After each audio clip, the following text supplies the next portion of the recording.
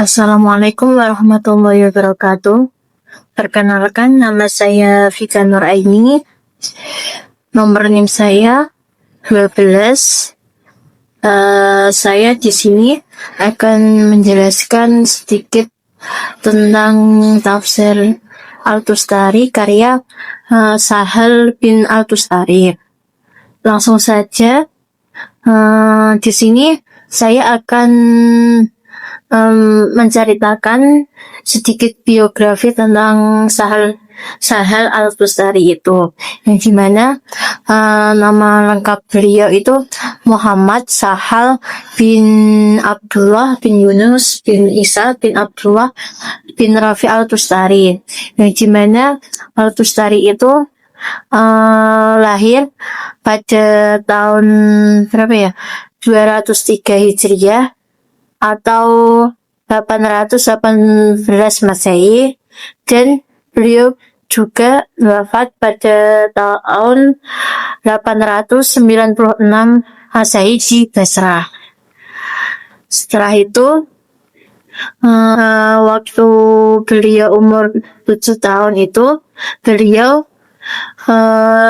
diajak pamannya yang bernama Muhammad bin Sawal untuk mengajarkan tasawuf di daerahnya. Lalu beliau juga dikenal sebagai seorang zaid yang menekankan kehidupan kesederhanaannya dan penyucian jiwa. Selain itu, pemikiran beliau juga berpengaruh besar dalam tradisi tasawuf Sunni, yang meskipun sebagai pandangannya dianggap kontroversial oleh ulama ortodok.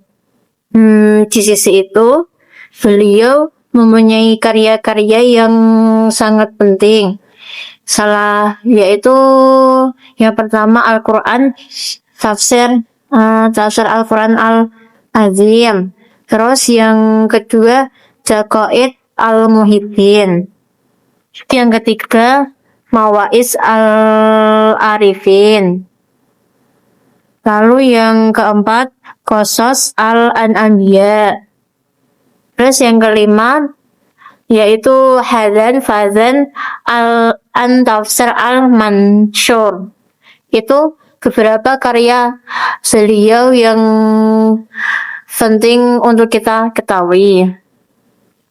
Setelah itu dilanjut metode penafsirannya dan sistematikanya. Yang pertama itu sistematika penulisan, yang dimana tafsir ayat itu harus berurutan atau sesuai dalam Al-Quran, dari surat Al-Fatihah sampai surat An-Nas. Yang kedua, tidak semua ayat dalam Al-Quran itu ditafsirkan. Jadi hanya ayat yang penting saja yang dianggap penting dalam penafsiran tersebut.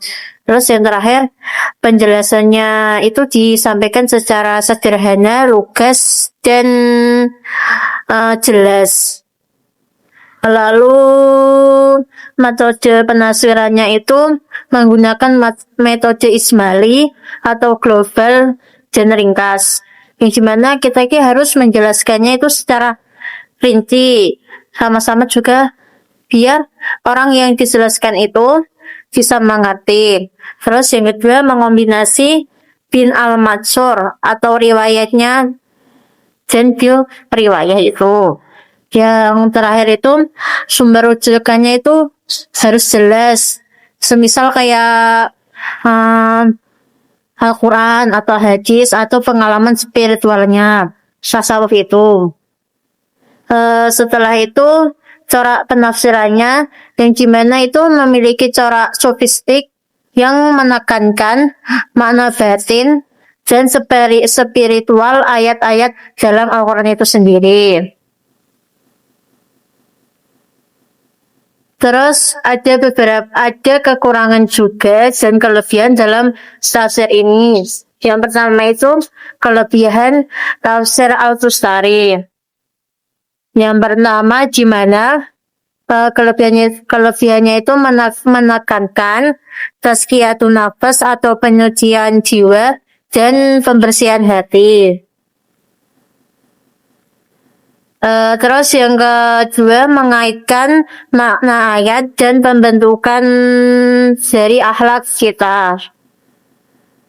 Terus yang ketiga, tidak hanya menggunakan makna isyarat atau batin, tetapi juga menggunakan dari makna zahir. Terus yang terakhir, sering diperkuat dengan hadis atau kisah yang diakhiri penafsiran ayatnya.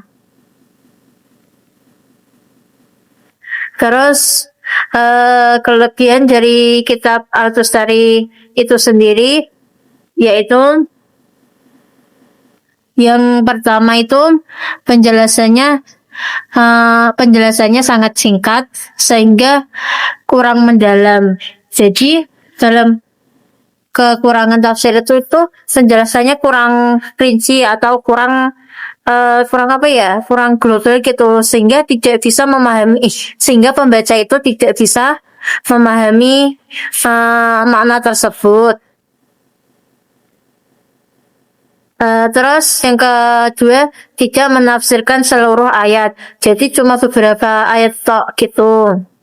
Terus yang ketiga, itu beberapa ayat itu nggak nggak dijelaskan secara jelas, sehingga pembaca itu nggak paham apa maksudnya, apalagi itu orang yang baru kenal tafsir itu pun juga nggak paham itu maksudnya apa.